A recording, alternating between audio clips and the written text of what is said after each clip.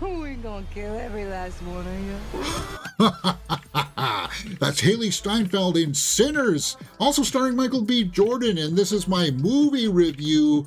Sinners is directed by Ryan Coogler and indeed stars Michael B. Jordan, Hailee Steinfeld, and Delroy Lindo. And it tells the tale of two brothers leaving their troubled lives behind in gangsterism, and they come back home to start a pub, a speakeasy, because this is in the time of Prohibition, right? Only to discover that the greater evil is waiting for them to, come back. And, well, as you saw in the trailers, guys, it's a vampire movie, right? But it's also got some heart in there by having some really interesting musical numbers. Now, did I like this movie? I admitted in my short review that this is a well-crafted movie, and a lot of people are going to like this movie. Let's go over to the tomato meter here and take down the curtain here. 97% by critics, 97% by the audience, so a lot of people are resonating to this. Now, it's a bit long. It's just a little over 2 hours with a runtime of 2 hours and 17 minutes. It's got a rather lengthy post-credit scene, or mid-credit scene as well. It's got a post-credit scene. It's got two. And if you like the mix of Ryan Coogler and Michael B. Jordan, who have worked together on, Black Panther and Creed, then I think you probably will also like this movie, because you are here looking for positive reviews, and we're going to be hard pressed to find people that are going to have problems with this movie. Now, I do. Even like the big critics like Jeremy Johns admitted that the runtime is a little bit lengthy, and it does run into some pacing issues in the middle, because Ryan Coogler, he spends a lot of time world building. He lets you know who these characters are. Who are these brothers? What ails them, right? Why did they leave gangsters' life to come back here and try to make good on their own, kind of thing, right? I would say that the acting is the standout here. Ryan Coogler, Hailee Steinfeld, and Delroy Lindo, man, he's also phenomenal in this. He reminds you, Delroy Lindo is top tier talent. Now, the other newcomer to this is this guy, this gentleman right here, who you see singing in the trailers. He's also really good. He's a real standout here. So Miles, sorry if it's Catton or Satan, I think it's Catton, right? Sammy.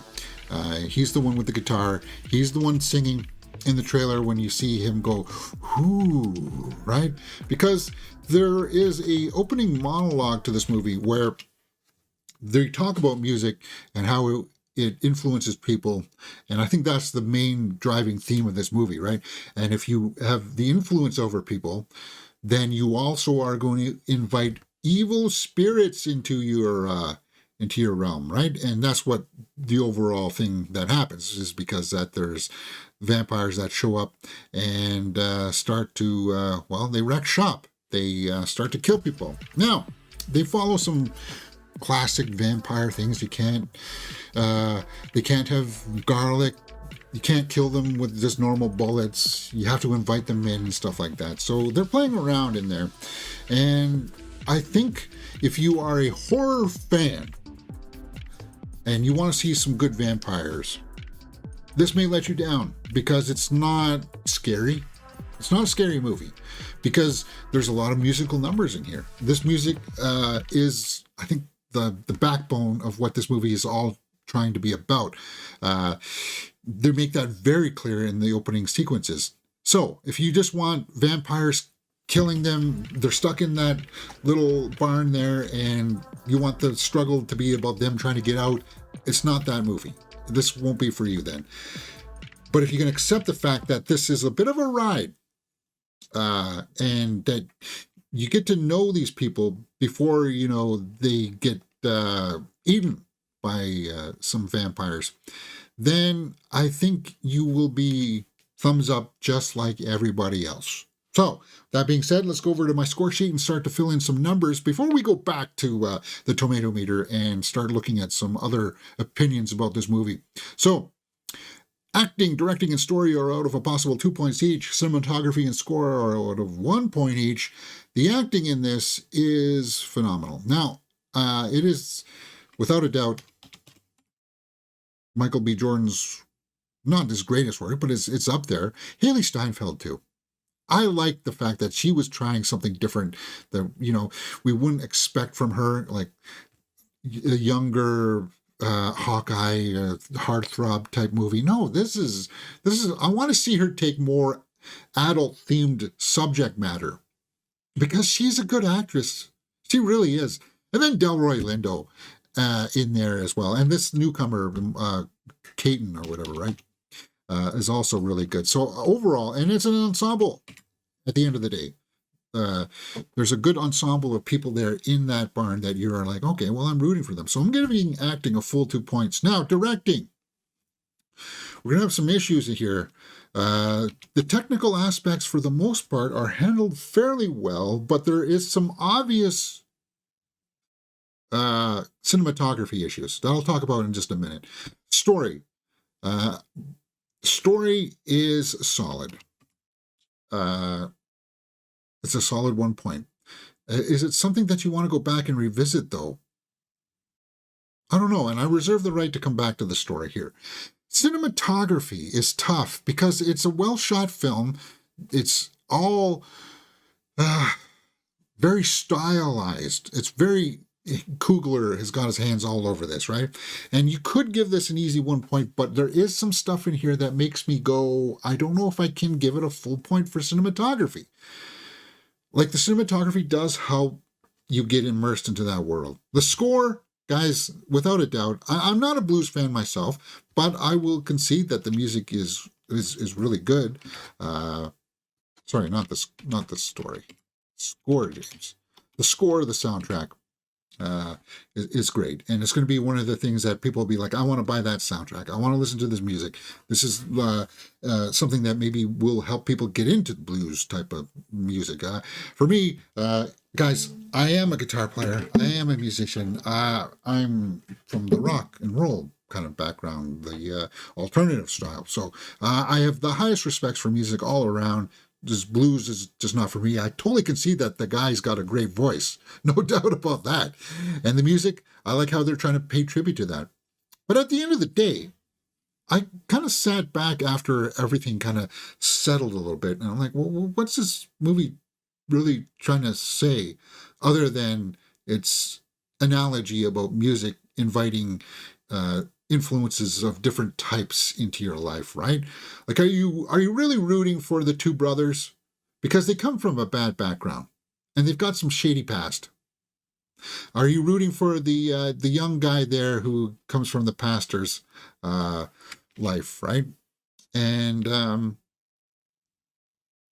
don't know if you are or not, but you're kind of like following him through this story, and the brothers there, Smoke and Stack, are kind of like, okay, they're trying to make good, but when the vampire stuff happens, it doesn't happen until the last 40 minutes of the film. I looked at my watch and I was like, guys, we are an hour and 20 minutes into this, and the vampire stuff hasn't happened.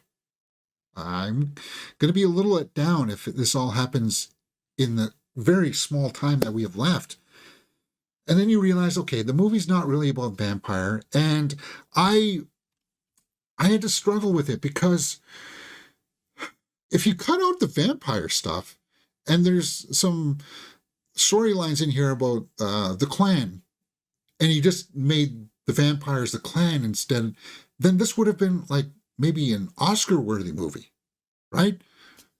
But you got vampires in there, and I realized that. I love mixed genres. I love vampires. I love horror movies. Vampires dancing is what you're going to get in this movie. Like busting a move outside. Vampires dancing. So that's what I'm saying, guys. This is not really a scary movie, but it's got a lot of commentary about music and people. Not a whole lot of social commentary. It does have some, but like you got to give in to the fact that you're going to see the main vampire do this jig, and you're like, okay, if you can buy into it, then a lot of people I think are going to like it, and it seems that a lot of people do, because we look at the tomato meter. So do you really want to hear Like if you're here wanting to only hear yes, yes, yes, yes, I'm trying to tell you what you're going to get out of this, right? And how to prepare yourself for the fact that you might get disappointed if you just want horror. If you want to see them get bloody and get their guts pulled out and all, and like you want to see violence and stuff like that. This is not really that, guys. It's not. And I seem to be the one minority here that is raising these issues because a lot of people seem to like it. This will have its audience. I'm going to be in the minority here, and I think I'm going to be like one of the few that are actually not going to give it a high 9. It's not. So for me, I go to my trusted reviewers here. Let's take a look at some of the critics, and then we'll go back to the audience reviews. Perry Nemiroff is someone that I have the highest respects for when it comes to this. So she says, an exhilarating survive-the-night vampire thriller with a top-tier cast and remarkable level of connectivity between the story and score. Yeah, whether a performance seen in the film or Ludwig Göransson's score, everything about the music in Sinners feels alive. Yeah, and that's what I'm saying. You have to buy into the music aspect of this before the vampire stuff, right? Before you want to see things go off the rails. What did Jeremy Johns say? I think he's just around the corner here too, right? Jeremy Johns.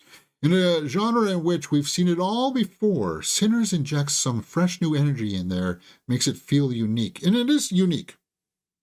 No doubt about that. I just don't know if it's going to be as well received as these early reports are. Wendy Lee Zaney is somebody else we respect here. There are so many genres mixed into one film, but it never feels overstuffed and convoluted. So that's what I mean about having mixed genres, right? But it does at times feel a little bit overstuffed because there are some storylines in there that where I'm like, okay, well, at the end of the day, when I'm looking at the picture as a whole, did it need to be in there? I don't know. Coogler does a beautiful job with this storytelling. Watch this on the biggest screen possible. Like, it's a good movie. It's a well-crafted movie. Let's see what some people with some dissenting opinions here. Wall Street Journal. The great sin of Sinners is that for all the audacity of its conception, it finally collapses into the familiar. And yeah, it's got very familiar.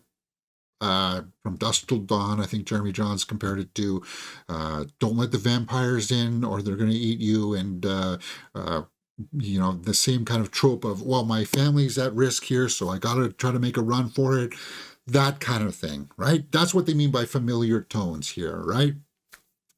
And there's not going to be many people, like, it sounds like I'm ragging on it. But I just want to give you guys my honest opinions about it. Would I go back and watch this again in the theater? Probably no, because right now I would say still that Warfare is the best movie of the year. Warfare, guys. Warfare. So that's where I'm landing. Let's go over to finish out my score sheet here, and let's see where it lands in its final score for me.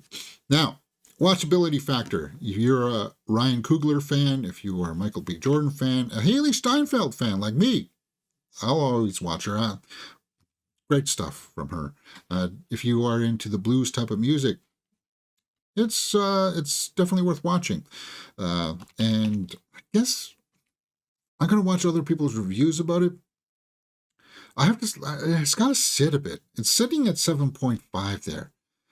I know what I wanted to do. I wanted to showcase the cinematography here because there's some stuff here that is, well, it makes me think about the way that things are shot, because there's a certain volume to certain scenes where they're just sitting in cars and everything's blurry in the background. They're standing in a field and the background's blurry. And yeah, it's because, well, back then they didn't have, or right now we don't have the cotton fields to show you, but really we don't. We don't have cotton fields that you can go shoot this stuff in.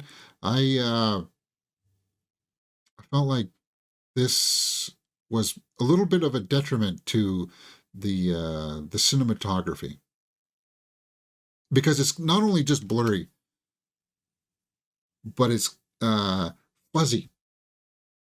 If you don't understand, you know how sometimes the lighting gives off that little fuzziness to it, and it's very obvious. If you got these grand landscapes, show us that. Why are you blurring it out the background and stuff? So it does have some issues in here, guys. And it does it at the end of the day detract from my enjoyment of it? No, because it's stylized. But I don't know if I can give it anymore. I want to, because I want people. This is the difference between somebody who's giving a good critical analysis of a movie compared to just people who just say, okay, guys, it's 97% on the tomato meter. I got to give it a 9. Otherwise, people will give me a thumbs down. I totally concede that it's a well-crafted movie. It's got some good story beats in there, I would have to say, but it's got some issues. And the mid-credit scene is like 5 minutes long. You got the sense that they were trying to set up franchise with this.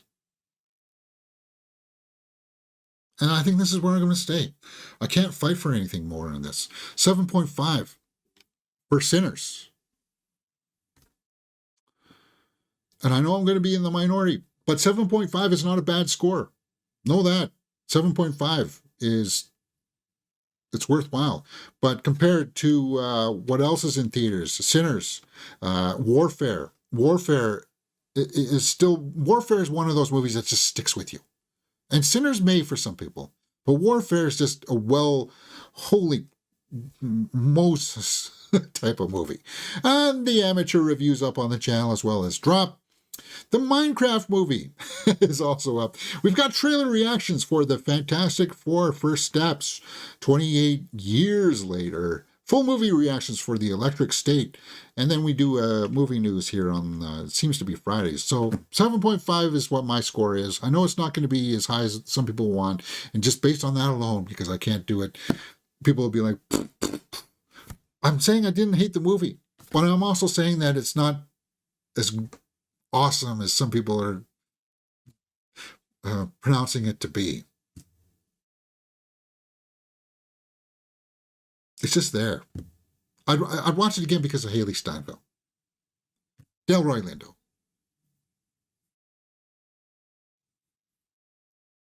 Let me know what you guys think in the comments below. You're watching Mirror Domains.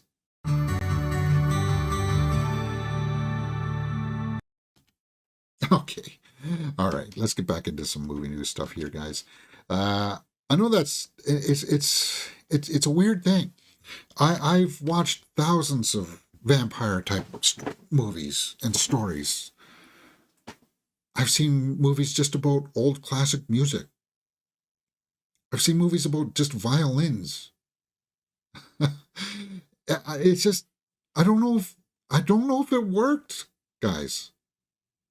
I think it did, but I have hesitation, and that's what's driving my my score.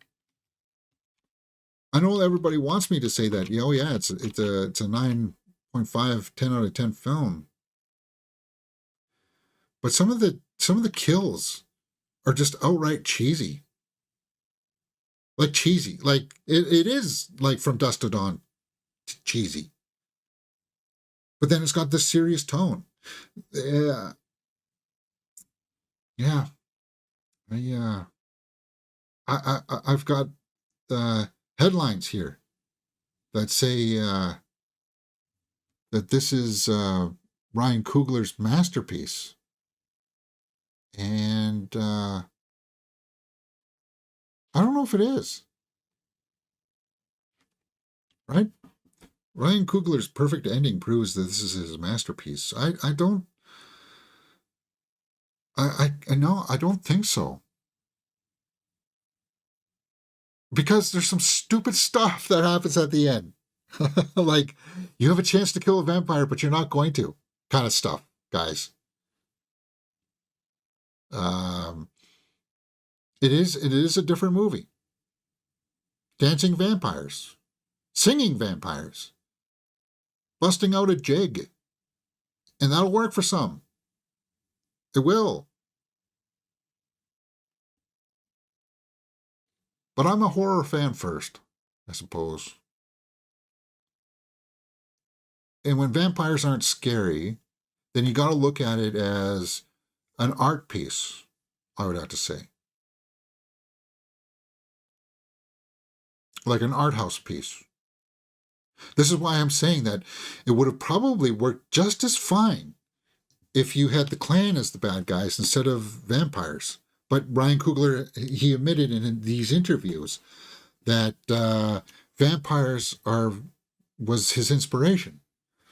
But you take out the vampires and put in the Klan instead that come and try to stop their night of fun, the movie would hit more. It would punch more. And people would say, well, we've seen all that stuff before too. It's a tough call. It is.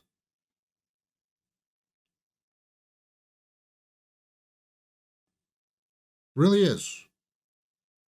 Did the trailer show too much? I think the trailers did fine. I heard Harloff say that it was they spoiled too much. But you know that the people are going to die. You know that there's going to be some kind of a sacrifice, or is there? It's just.